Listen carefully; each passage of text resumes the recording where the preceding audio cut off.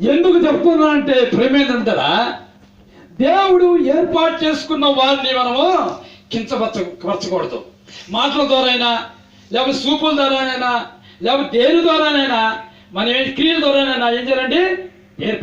దేవుడు ఏర్పరచుకున్న వారిని మనము, వాళ్ళ సేవకులైనా కావచ్చు, విశ్వాసులైనా కావచ్చు, వాళ్ళ దేవుని నమ్మిన వారిని ఎవరు కూడా కించపరచకూడదండి. ఒకవేళ వారు పొరపాట్లు చేస్తే అది దేవుడు చూసుకుంటాడు. అవునా కదా? దేవుడి లెక్క, నువ్వు కాదు, నేను కాదు, దేవుడి లెక్క, దేవుడు చూసుకుంటాడు. అవునా కదా? కనుక ఈ విషయం చాలా మంది తెలియక ఏం చేస్తున్నారంటే, ఏదో చిన్న లోపం కనపడంగానే, దేవుని బిడ్డ లోపం కనపడంగానే వాళ్ళ ఇష్ట ప్రకారం మాట్లాడటం, దూషించడం, ద్వేషించడం ఈ సమాజంలో సామాన్యం అయిపోయింది. తద్వారా వచ్చే ఆ నష్టాన్ని వాళ్ళు తెలుసుకోలేకపోతున్నారు. అవునా కదా? తెలుసుకోలేకపోతున్నారు. గమనించండి ప్రేమైందని బిడ్డరా. ఇప్పుడు ఎప్పుడైతే వీళ్ళు మోషేకి ఎదురు తన్నారో, ఎదురు నిలిచారో, ప్రియమైన దేవుని బిడ్డరా, విరోధంగా వాళ్ళు లేచారో, అప్పుడు ఆయన ఏమంటాడు? మీతో నాకు పని లేదు, ఎవరు పరిశుద్ధులో తెలుసుకుందాం.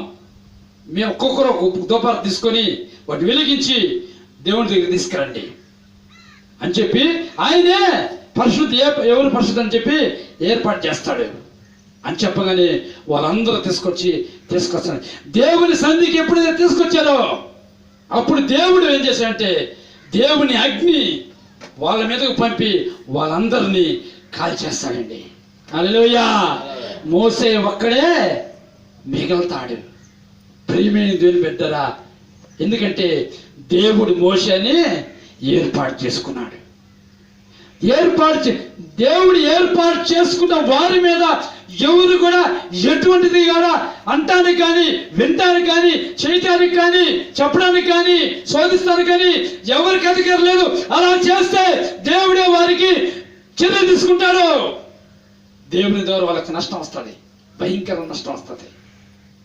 కనుక దేవుడు ఏర్పాటు చేసుకుని దేవుని బిడ్డల్ని చులకనగా చూడకూడదు, చులకనగా మాట్లాడకూడదు, చులకన చేయకూడదు. ఈ విషయం మనం తెలుసుకోవాలి.